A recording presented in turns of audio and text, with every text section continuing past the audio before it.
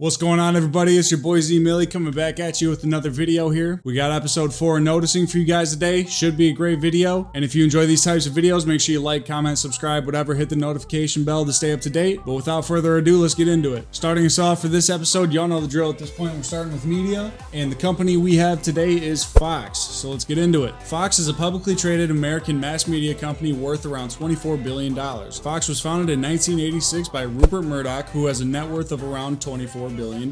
He is a major pro-Israel Zionist and close personal friend of the Israeli Prime Minister Bibi Netanyahu. They've been on several private vacations and have had several private dinners together, and Murdoch also allows Netanyahu to stay in buildings he owns in LA and London when he visits. Coverage of Israel and Murdoch-owned media such as Fox News and Murdoch-owned newspapers like the Wall Street Journal and previously the New York Post and the Times of London have always been extremely pro-Israel and sympathetic to Netanyahu's Zionist politics. Murdoch has even met with several figures like Ron Dermer, who is Netanyahu's former ambassador to the United States, several times to discuss pro-Israel media strategy. In 2010, Murdoch received the National Humanitarian Award from the ADL, or Anti-Defamation League, and made a speech declaring, "In the West, we are all Israelis now."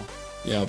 Fuck off. Some other major companies owned by Fox and Rupert Murdoch are the most watched cable news channel in the United States, Fox News, Fox Business Network, Fox Broadcasting Company, Fox Sports, Tubi, The Wall Street Journal, New York Post, The Times UK, The Sunday Times, The Sun UK, The Australian, Herald Sun, Daily Telegraph Australia, HarperCollins, which is one of the big 5 book publishers in the world, and Storyful, which is a social media intelligence and video verification service. So that's Fox News and Rupert Murdoch, everybody. Fucking round of applause. Super Jewish. We love it. 10 out of 10 Jew rating. Alright, we're going to move on to Hollywood, and for that we have the Creative Artist Agency, which is a talent agency and was founded in 1975 and was actually the most powerful Hollywood talent agency in the 80s and 90s, and it was founded by 5 former agents of the William Morris Endeavor Group, which is another Hollywood talent agency that was founded and is ran by Jews. And 4 out of those 5 people that left the William Morris Endeavor Group to found the CAA were Jewish as well. And it's also worth noting that the CAA isn't just a talent agency, it is a power broker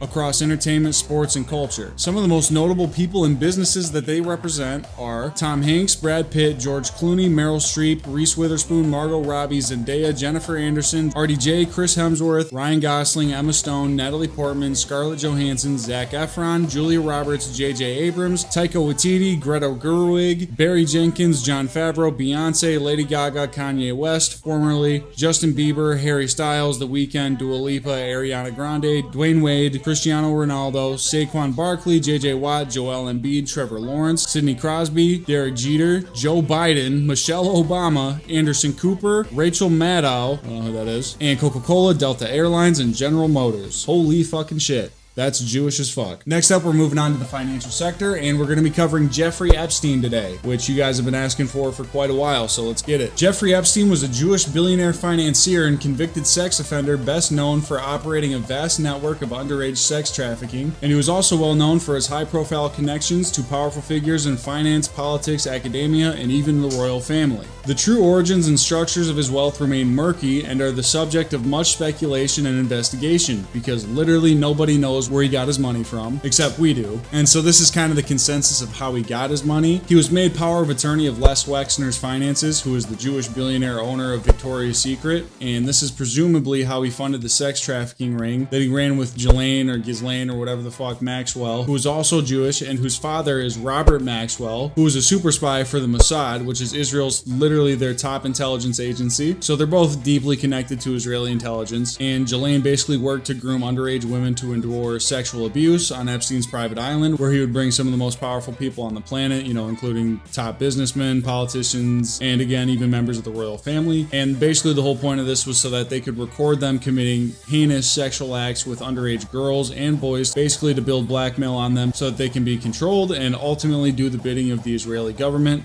which is literally the most Jewish shit ever. So we're gonna go ahead and give that like a 10, actually 1,000 out of 10 on the Jew meter. So yeah. And by the way, Trump just said that he had no client list and they're closing the investigation on the Epstein files indefinitely, and that it would not be appropriate to further the investigation. So yeah, that's what happens when you take $400 million from the Israel lobby.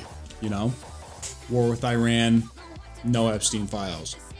Pretty simple. Alrighty, moving on to corporations, we got Pornhub, and this is another highly requested topic, is to do the porn industry, and who's behind that. So let's get into it. Pornhub is owned by Ethical Capital Partners, which was co-founded by Solomon Friedman, who is a Canadian criminal defense lawyer and ordained rabbi. Wow. Ethical Capital Partners owns several other adult sites such as Pornhub, YouPorn, RedTube, Brazzers, Men.com, Reality Kings, Sean Cody, Trans Angels, Nudica, and Twisties. So yeah, I'm not going to spend a whole lot of time on that one. I think you guys get the picture on that. Moral of the story, they're behind that one too. So yeah. And if that's not a sign to quit watching porn, guys, I don't know what is. Quit watching fucking porn.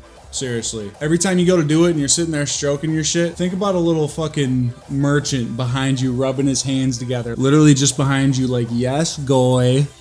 Stroke your shit. Violet Myers, goyim. So yeah, quit. Quit watching porn. I swear to God, you start thinking about that every time you're beating your meat, dude, you'll go soft almost instantly, I promise. So, I'm telling you, I'm trying to give you the sauce. Quit beating your meat. It's fucking pathetic. So, anyway, moving on to individual donors, we have Bill Ackman. And Bill Ackman is a Jewish billionaire investor, hedge fund manager, and philanthropist with a net worth of around $9.4 billion.